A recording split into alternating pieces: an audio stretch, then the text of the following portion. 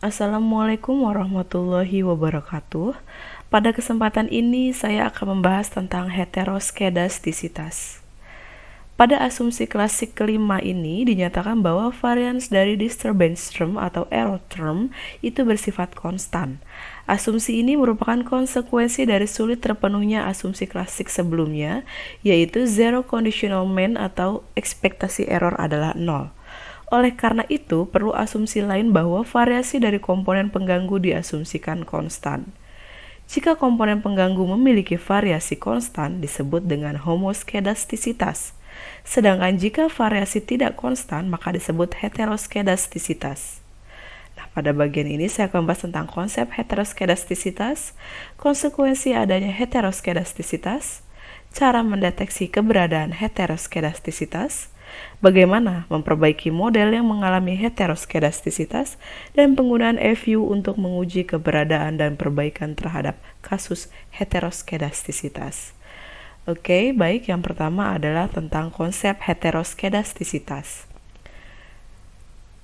Jika kondisi autokorelasi sering terjadi karena penggunaan data time series, sebaliknya heteroskedastisitas sering terjadi dalam penggunaan data cross-section.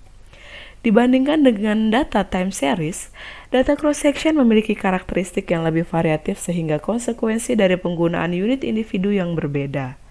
Misalnya, studi tentang pengupahan pada berbagai perusahaan akan memberikan hasil perbedaan yang relatif tinggi antara perusahaan yang besar dengan perusahaan yang kecil, sehingga memberikan nilai variasi yang tinggi. Data dengan fluktuasi yang tinggi cenderung memiliki rata-rata dan varian yang tidak konstan atau memiliki heteroskedastisitas. Heteroskedastisitas itu mengakibatkan estimasi OLS tidak menghasilkan estimator yang best, linear, unbiased, and estimator atau BLUE, tetapi hanya menghasilkan estimator yang linear, unbiased, estimator atau LUE.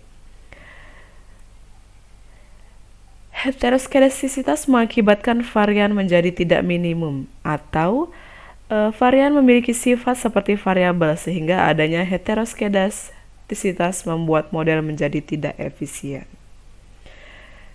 Secara formal, kondisi heteroskedastisitas ditunjukkan oleh sebagai berikut ya. Varians errornya X1, X2 sampai XA, SK, XK itu sama dengan sigma 1 kuadrat, di mana XI kuadrat itu adalah XI kuadrat, sigma I kuadrat, di mana I itu adalah 1, 2, sampai K. Di mana simbol I itu menunjukkan bahwa varian memiliki perubahan dari satu observasi ke observasi lainnya. Jika diilustrasikan dengan gambar, maka kita bisa lihat di sini gambar 11.1 itu terjadi heteroskedastisitas ya. Jadi di sini bisa kita lihat gambarnya, yang ini sama, yang ini terlalu tinggi ya. Jadi itu dia mengalami heteroskedastisitas atau tidak konstan.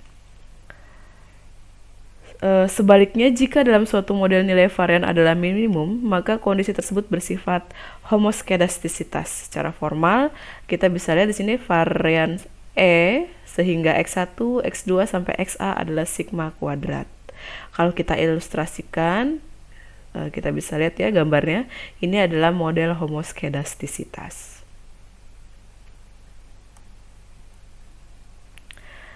Menurut Gujarati, ada beberapa alasan mengenai keberadaan heteroskedastisitas dalam suatu model, yaitu yang pertama adalah adanya situasi error learning models.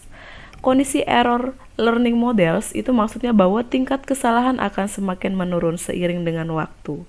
Misalnya, penggunaan teknologi dalam kegiatan produksi akan mampu mengurangi tingkat kesalahan dalam proses produksi, serta memberikan hasil yang lebih banyak dengan kualitas yang semakin baik. Sedangkan di bidang pendidikan, sebagai contoh, semakin lama siswa belajar, maka semakin sedikit kesalahan dalam mengerjakan soal, dan kualitas menjadi meningkat atau lebih baik. Lalu selanjutnya adalah peningkatan pendapatan.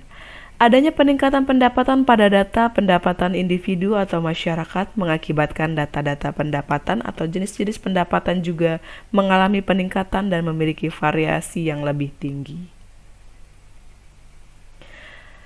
Lalu selanjutnya adalah pengambilan data. Teknik pengambilan data yang semakin berkembang dan maju serta penggunaan berbagai teknologi pendukung memberikan hasil positif terhadap kualitas data yang digunakan. Selanjutnya, keberadaan outlier. Outlier merupakan kondisi data yang menyimpang dari rata-rata hitung.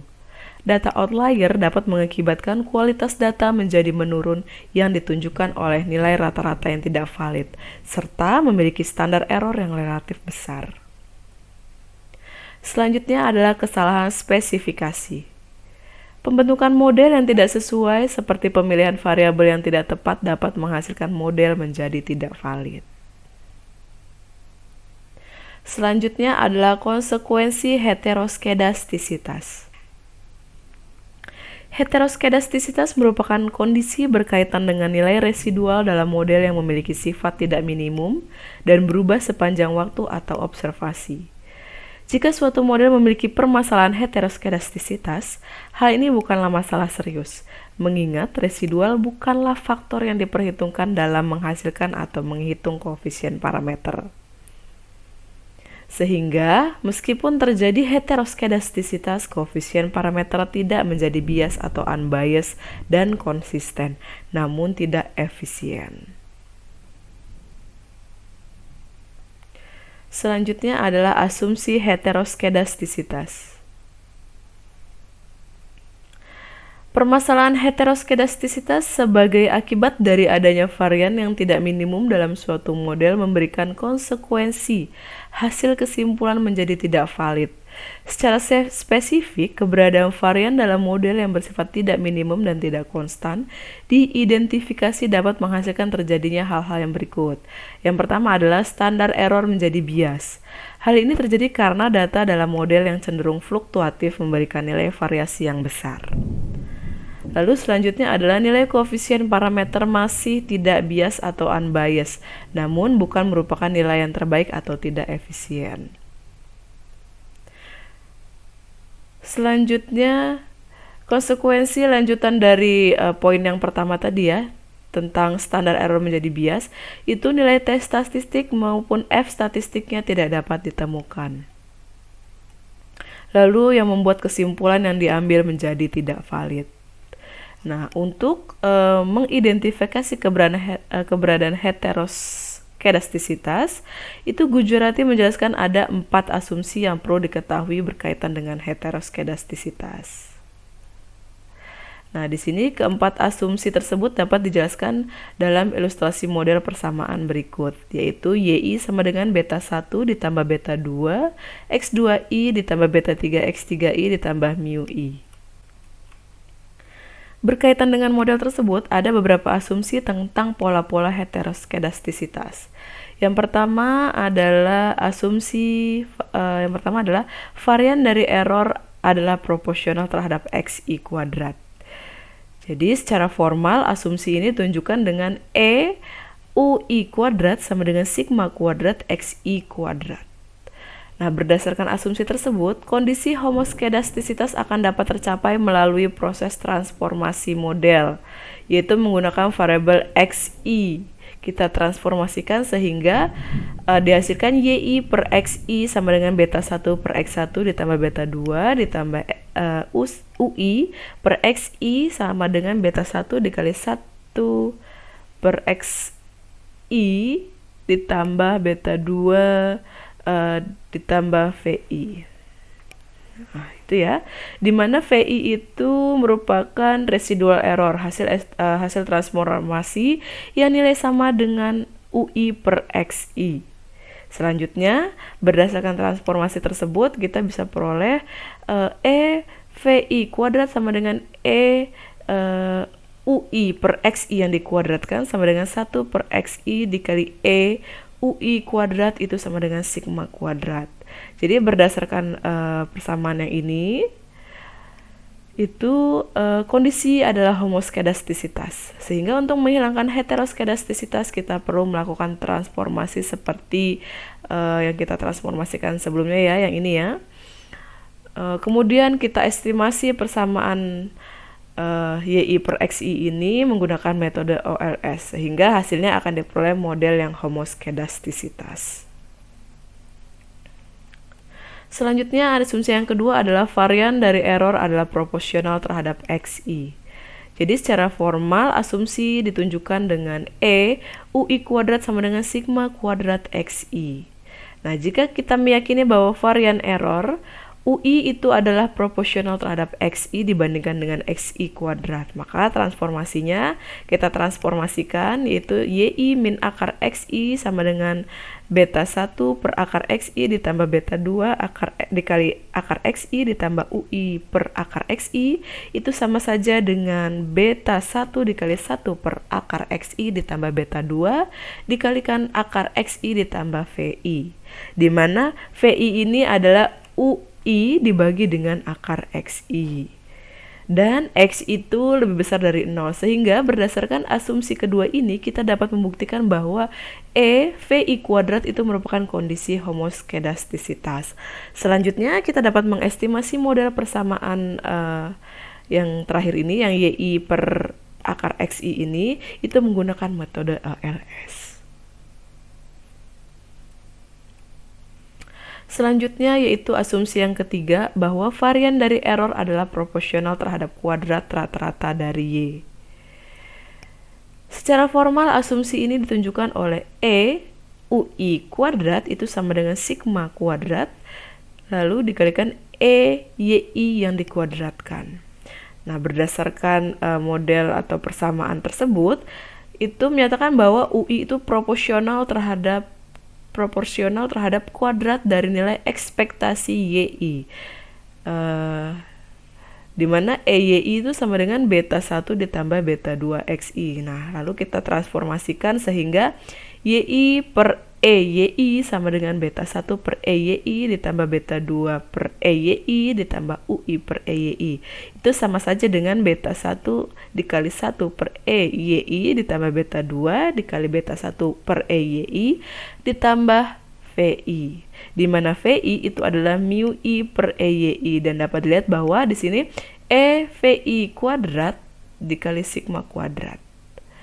Residual error VI itu merupakan kondisi homoskedastisitas. Lalu setelah itu kita tinggal estimasi persamaan YI per YI itu menggunakan metode ELS. Lalu asumsi selanjutnya adalah asumsi yang keempat, yaitu bentuk transformasi logaritma dari ln YI sama dengan beta 1 ditambah beta 2 dikali ln XI ditambah UI, yang mampu menurunkan terjadinya heteroskedastisitas dibandingkan menggunakan model regresi YI sama dengan beta 1 ditambah beta 2 XI ditambah UI.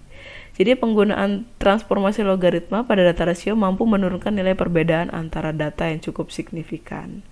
Misalnya di sini ada data yang bernilai 100 jika dibandingkan dengan data yang bernilai 10, yaitu memiliki jarak sebesar 10 kali lipat ya. Nah, untuk mengurangi jarak tersebut, jika ditransformasi ke dalam bentuk logaritma, itu akan menjadi ln 100 sama dengan 2 dan ln 10 sama dengan 1. Nah, jadi terlihat di sini bahwa terjadi penurunan jarak dua data yang sangat signifikan. Nah, secara ekonomi, penggunaan transformasi logaritma pada model regresi memberikan keuntungan dihasilkan elastisitas model yang ditunjukkan dari nilai slope pada koefisien beta 2. Artinya, perubahan pada 1% dari XI akan memberikan perubahan sebesar beta 2% pada YI.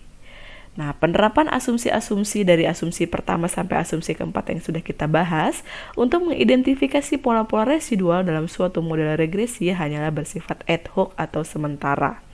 Hal itu karena penyelesaian heteroskedastisitas menggunakan asumsi-asumsi tersebut memiliki sifat-sifat spekulasi mengenai keberadaan sigma I kuadrat, sehingga penggunaan metode transformasi pada asumsi-asumsi tersebut akan sangat dipengaruhi oleh kondisi dan keparahan terjadinya heteroskedastisitas itu sendiri.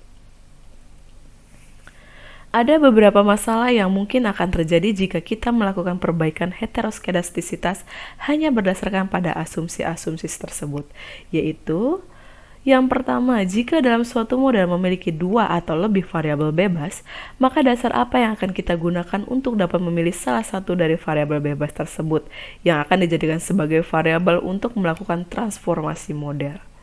Lalu yang kedua, penggunaan transformasi logaritma pada asumsi yang keempat tadi menjadi tidak dapat dilakukan jika dalam suatu variabel terdapat data yang bernilai 0 atau negatif. Selanjutnya, penggunaan transformasi akan menghasilkan terjadinya permasalahan spurious correlation. Dan yang terakhir, jika kita mengetahui dengan pasti nilai sigma I kuadrat dan di sisi lain, kita mengestimasi salah satu dari metode-metode tersebut, maka nilai statistik pada uji T, uji F, dan sebagainya akan menghasilkan nilai yang valid. Jika dan hanya jika kita menggunakan data dengan jumlah yang besar. Sehingga, ketika hanya menggunakan data yang sedikit atau terbatas, kita perlu berhati-hati mengenai hasil dan interpretasi yang kita lakukan.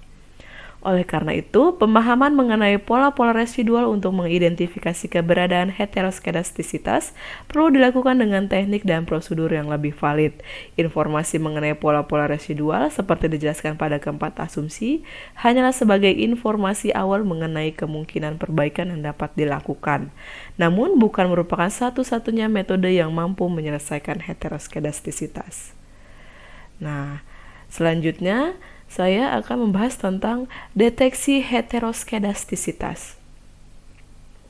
Keberadaan heteroskedastisitas dalam suatu model dapat dideteksi dengan beberapa metode. Yang pertama adalah metode grafis. Jika kita menggunakan metode grafis, keberadaan heteroskedastisitas dapat diamati dengan cara menampilkan plot residual kuadrat. Jika terdapat suatu pola tertentu pada plot residual kuadrat, maka dapat dikatakan bahwa model terindikasi mengalami heteroskedastisitas. Sebaliknya, jika tidak terdapat pola-pola tertentu atau data menyebar, maka terindikasi adanya homoskedastisitas secara formal. Kita bisa lihat ya di sini ada A, B, C, D, dan E. Pola-pola residual kuadrat yang ditunjukkan pada gambar 11.3 itu merupakan hasil plotting residual kuadrat dengan fit value, di mana kondisi homoskedastisitas ditunjukkan oleh pola pada gambar pola yang A, yaitu nilai-nilai residual kuadrat pada posisi yang sama pada setiap tingkat fit value. Ya, di sini sama ya. Datar, sedangkan untuk B hingga E, B, C, D, dan E itu menunjukkan pola-pola residual kuadrat yang bergerak secara kuadratik pada setiap tingkat fit value. Nah, kondisi ini yang disebut heteroskedastisitas. Namun demikian, perlu dipahami bahwa penggunaan metode grafis hanyalah memberikan informasi awal mengenai kemungkinan keberadaan heteroskedastisitas. Untuk membuat keputusan yang valid, maka diperlukan metode perhitungan secara statistik yang mampu menampilkan hasil lebih akurat, yaitu dengan cara ada yang di sini ada namanya Goldfeld-Quant test. Nah, metode Goldfeld-Quant test itu merupakan metode yang mengasumsikan bahwa heteroskedastisitas sigma I kuadrat itu merupakan fungsi positif dari variabel bebas. Nah, ide Goldfeld-Quant ini dapat dijelaskan dengan model regresi sederhana. Jadi ada beberapa prosedur ya untuk metode Goldfeld-Quant test ini. Yang pertama adalah mengurutkan data sesuai dengan nilai X, yaitu dimulai dari yang paling kecil hingga yang paling besar. Lalu selanjutnya adalah menghilangkan observasi yang di tengah atau C. Lalu membagi data yang tersisa, N dikurang C menjadi 2 kelompok. Selanjutnya kelompok pertama itu berkaitan dengan data dengan nilai X yang kecil, dan kelompok yang kedua itu berhubungan dengan data dengan nilai X yang besar. Dengan perbandingan antara kelompok data kecil, nilai tengah, dan kelompok data besar adalah 3/8 berbanding 1/4 berbanding 3/8. Lalu selanjutnya adalah melakukan regresi pada setiap kelompok secara terpisah. Data setiap regresi terdiri dari N min C dibagi 2. Nah, jumlah C harus sekecil mungkin untuk menjamin tersedianya degree of freedom sehingga menghasilkan estimasi yang layak untuk setiap regresi. Lalu dapatkan SS R1 yang berhubungan dengan nilai X kecil dan SSR2 yang berhubungan dengan nilai X yang besar. Selanjutnya kita akan menghitung nilai rasio, yaitu lambda sama dengan SSR2 dibagi dengan degree of freedom dibagi dengan SSR1 dibagi dengan degree of freedom, di mana degree of freedom-nya itu bernilai N min C min 2K yang dibagi dengan 2, di mana untuk pembilangnya disebut numerator dan penyebutnya denominator. Hipotesis yang digunakan adalah H0, yaitu tidak terdapat heteroskedastisitas, dan H1-nya terdapat heteroskedastisitas. Jika nilai F hitungnya lebih besar dari nilai F tabel, maka tingkat alfa tertentu dapat disimpulkan bahwa dalam model terdapat heteroskedastisitas. Selanjutnya adalah menggunakan White heteroskedasticity test.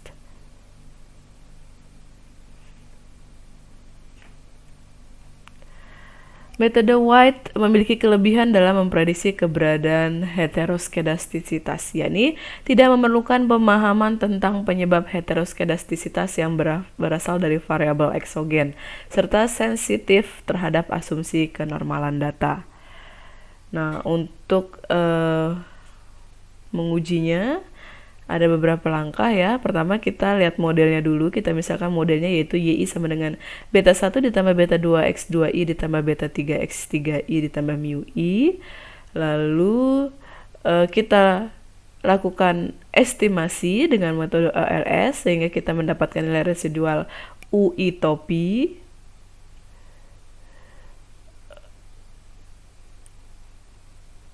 Lalu ubah residual UI topi menjadi UI kuadrat topi melalui menu Generate Series di eView. Selanjutnya lakukan estimasi regresi auxiliary dengan metode OLS. Lalu selanjutnya kita buat pengujian hipotesis di mana H0 adalah homoskedastisitas, yaitu tidak ada hubungan antara X dan residual. Lalu hipotesis alternatifnya adalah terjadinya heteroskedastisitas, yaitu terdapat hubungan antara X dan residual.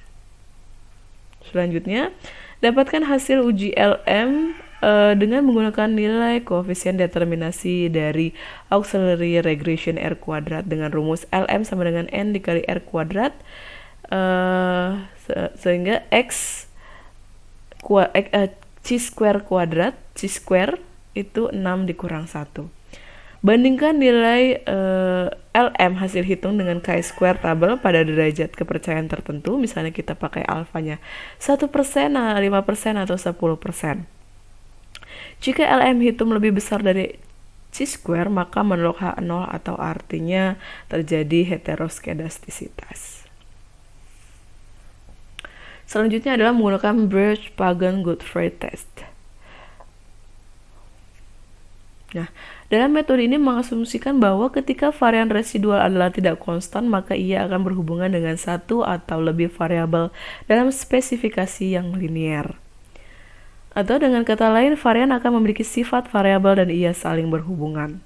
Langkah-langkah yang dapat dilakukan dalam metode Birch-Pagan-Godfrey yaitu yang pertama kita misalkan kita memiliki model YI sama dengan beta 0 ditambah beta 1 X1I ditambah beta 2 X2I ditambah titik-titik sampai beta K XKI ditambah errornya. Lalu selanjutnya sudah kita menentukan model, kita lakukan estimasi pada model dan dapatkan nilai residual E1 topi, kemudian buat generate series untuk mendapatkan E1 kuadrat topinya. Selanjutnya kita buat model persamaan untuk model regresi auxiliary dan estimasi dengan metode OLS. Lalu buat hipotesis pengujian di mana H0 itu bisa lihat gamma 1 sama dengan gamma 2 itu sampai dengan gamma K itu sama dengan 0, tidak terdapat heteroskedastisitas, lalu HI-nya itu paling sedikit terdapat gamma K tidak sama dengan 0 atau terdapat heteroskedastisitas. Lalu step selanjutnya kita akan menghitung nilai statistik yaitu F hitung maupun LM hitung. F hitungnya rumusnya adalah R kuadrat auxiliary dibagi K dibagi dengan 1 min R kuadrat auxiliary dibagi dengan N min K min 1, di mana LM itu adalah N dikali R kuadrat auxiliary. Nilai R kuadrat auxiliary diperoleh dari hasil estimasi persamaan N jumlah sampel dan K adalah jumlah parameter koefisien. Nah, berdasarkan nilai F hitung, kemudian kita bandingkan dengan nilai F tabel pada derajat kepercayaan tertentu, misalnya 1%, 5%, atau 10%. Jika nilai F hitung lebih besar dari F tabel, maka menolak H0, atau bisa kita katakan bahwa terdapat heteroskedastisitas dalam model. Atau bandingkan nilai LM hasil hitung dengan chi-square, itu kita bisa lihat pada derajat kepercayaan tertentu, misalnya 1%, 5%, atau 10%, nilai LM hitungnya lebih besar dari chi-square, maka menolak H0, artinya terdapat heteroskedastisitas. Lalu selanjutnya adalah perbaikan heteroskedastisitas. Nah, pada pembahasan sebelumnya saya sudah beritahukan ya, cara mendeteksi keberadaan heteroskedastisitas dalam model itu yaitu dengan cara metode grafis, metode Goldfeld-Quant, dan metode Bresch-Pagan-Gottfried test. Jika kesimpulan menunjukkan bahwa terdapat heteroskedastisitas dalam model, maka perlu dilakukan upaya perbaikan. Metode yang dapat digunakan untuk memperbaiki masalah heteroskedastisitas itu ada beberapa ya. Di sini saya akan bahas tentang metode weight least square atau WLS, metode generalized least square atau GLS, dan metode visible GLS. Nah, saya akan bahas saja. Yang pertama adalah metode weighted least square atau WLS ya. WLS ini adalah perbaikan untuk heteroskedastisitas. Jadi di sini kita misalkan ada model YI sama dengan beta 0 ditambah beta 1 X1I ditambah beta 2 X2I ditambah seterusnya sampai beta K XKI ditambah errornya. Jika diasumsikan bahwa varian E di mana X itu sama dengan sigma kuadrat HX, di mana HX itu adalah lebih besar dari 0, maka varian positif. Di mana Hx merupakan fungsi dari variabel penjelas X yang menjelaskan keberadaan heteroskedastisitas. Ketika nilai varian harus positif, maka nilai Hx akan bernilai lebih dari 0 atau Hx-nya lebih besar dari 0 untuk setiap nilai X. Kemudian jika diasumsikan bahwa nilai Hx diketahui, sedangkan nilai parameter sigma kuadratnya tidak diketahui, namun kita masih tetap dapat mengestimasi model. Nah, selanjutnya persamaan var E di mana X ini kita dapat tulis kembali bahwa sigma I kuadrat sama dengan var error I, sehingga di mana XI itu sama dengan sigma kuadrat H, XI sama dengan sigma kuadrat HI. Di mana notasi XI ini digunakan untuk menunjukkan variabel bebas untuk observasi ke I, dan HI berubah seiring dengan perubahan observasi.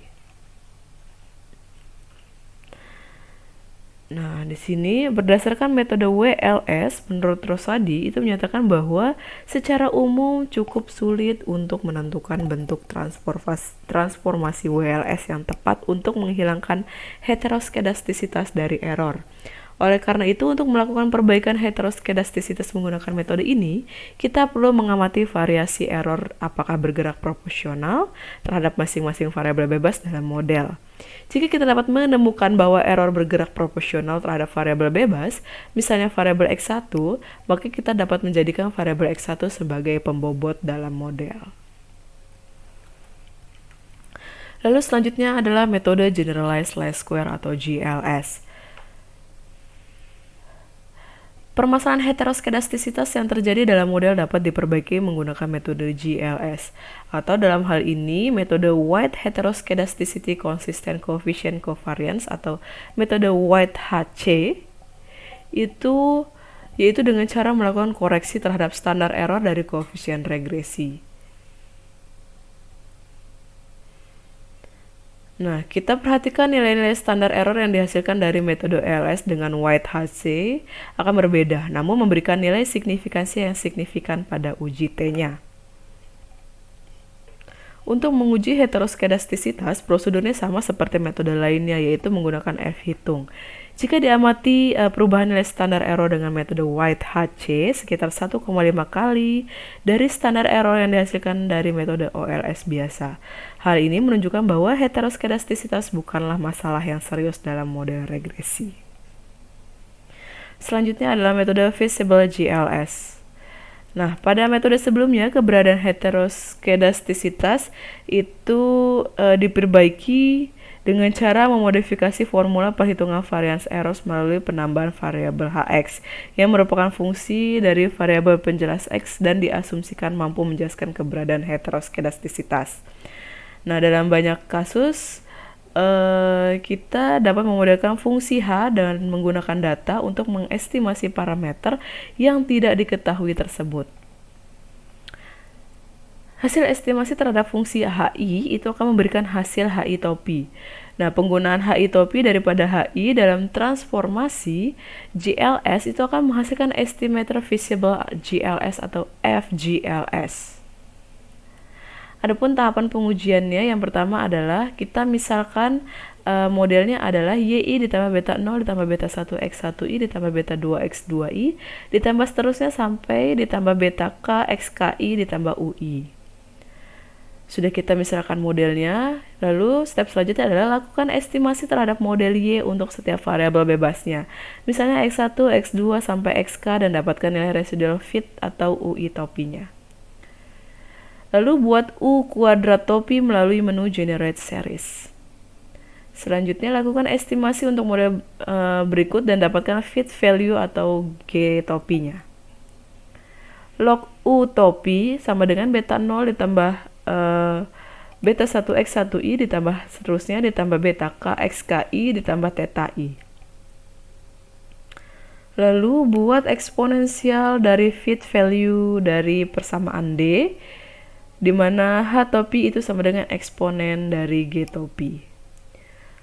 Lakukan estimasi terhadap model YI ditambah beta 0 ditambah beta 1X1I ditambah beta 2X2I ditambah seterusnya ditambah beta K XKI ditambah UI tadi ya. Itu menggunakan WLS dengan memasukkan pembobot 1 per H topi. Jadi yang perlu diingat bahwa dalam metode FGLS itu digunakan nilai sehingga menghasilkan parameter yang best, linear, unbiased estimator atau BLEU. Oke, selanjutnya kita akan ke aplikasi F-use-nya.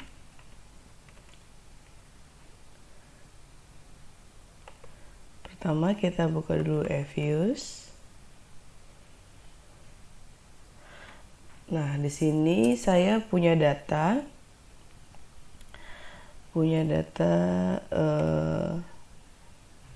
di sini ya. Bisa dilihat kalau saya punya data perkembangan ekspor, impor, konsumsi, angkatan kerja, dan populasi dari tahun 1990 sampai dengan 2014 ya. Jadi saya akan mencari apakah data ini terdeteksi heteroskedastisitas. Kita mulai. Nah, di sini ini tahun ya, start date-nya mulai 1990 sampai 2014. Kita klik OK. Lalu di sini saya akan buat objek baru yaitu new object series. Tadi di sini adalah ekspor atau EKS. Lalu saya bikin lagi impor. Lalu tadi ada consume, cons. Lalu ada angkatan kerja. Lalu yang terakhir ada population atau pop. Nah, sudah.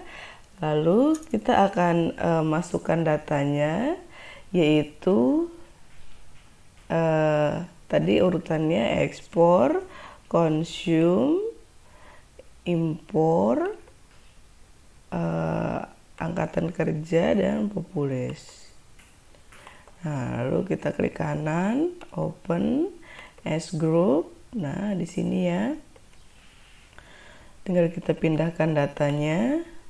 Yang ini kita copy.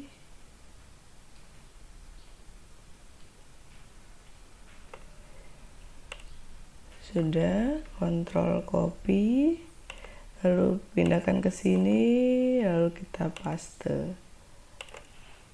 Sudah ya datanya, sudah ada. Lalu langkah-langkahnya, kita akan melihat apakah ini terdeteksi atau tidak. Yang pertama menggunakan metode grafis, yaitu dengan cara quick. Setelah itu estimate equation. Di sini variabel terikatnya adalah impor, im spasi c, ekspor, konsum, ak, dan population. Oke, kita oke. Nah, hasilnya seperti ini. Sudah dapat. Lalu kita lanjutkan, yaitu quick generate series. Kita akan buat receipt yang kedua. Tadi ada receipt yang pertama, lalu ini ada receipt 2 sama dengan receipt pangkat 2. Lalu kita klik OK. Ini sudah muncul ya receipt 2-nya. Selanjutnya quick grab. Nah, di sini receipt 2 spasi Y. Bukan spasi IMP. Di situ Y-nya adalah IMP ya. Lalu klik OK. Nah, di sini kita pakai scatter. Klik OK. Nah, kita bisa lihat di sini gambarnya.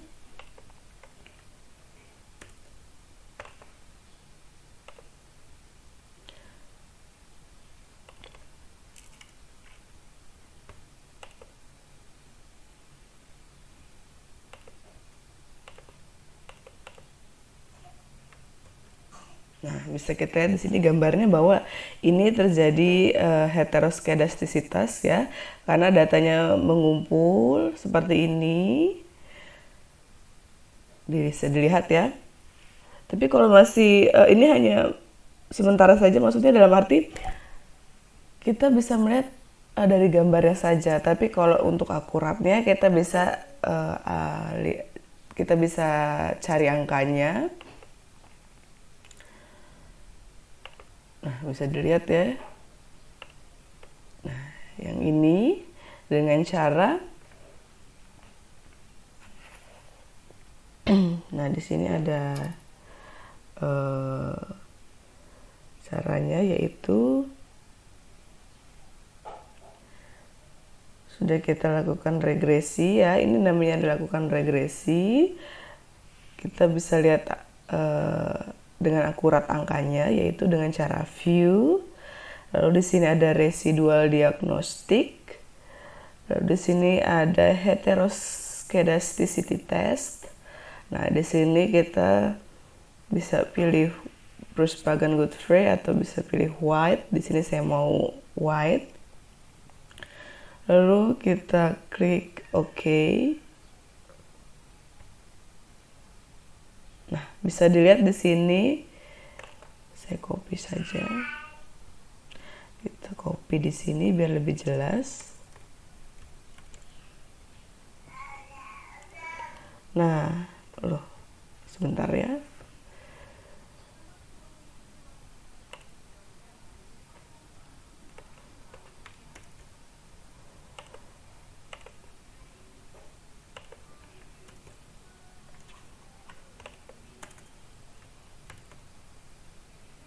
Oke.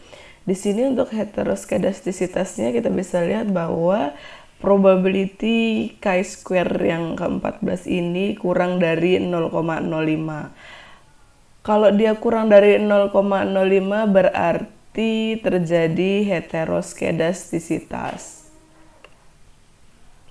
Atau bisa juga dilihat di sini F statistiknya 16,7818. Itu lebih besar dari F tabelnya ya. F tabelnya silakan cari di F tabel di buku statistik. Ini kan 20 datanya terdiri dari 25 ya. Nanti kalian cari saja. Didapat bahwa tabelnya itu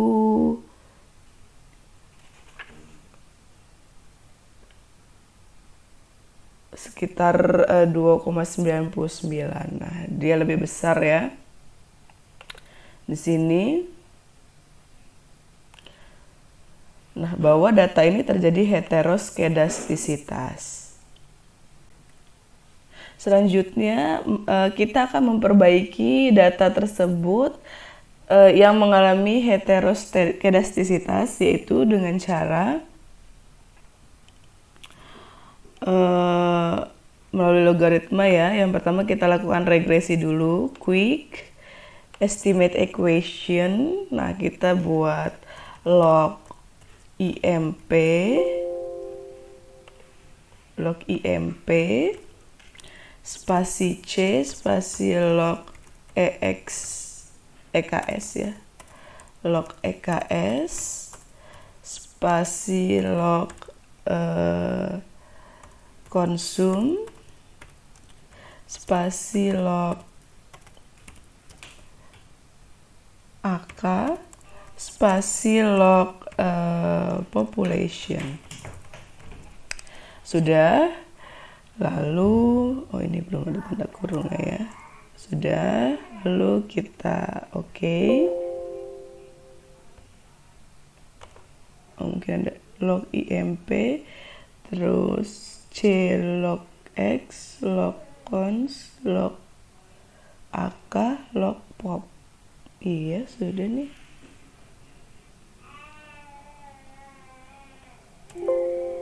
Incorrect. Kita ulang lagi ya. Log IMP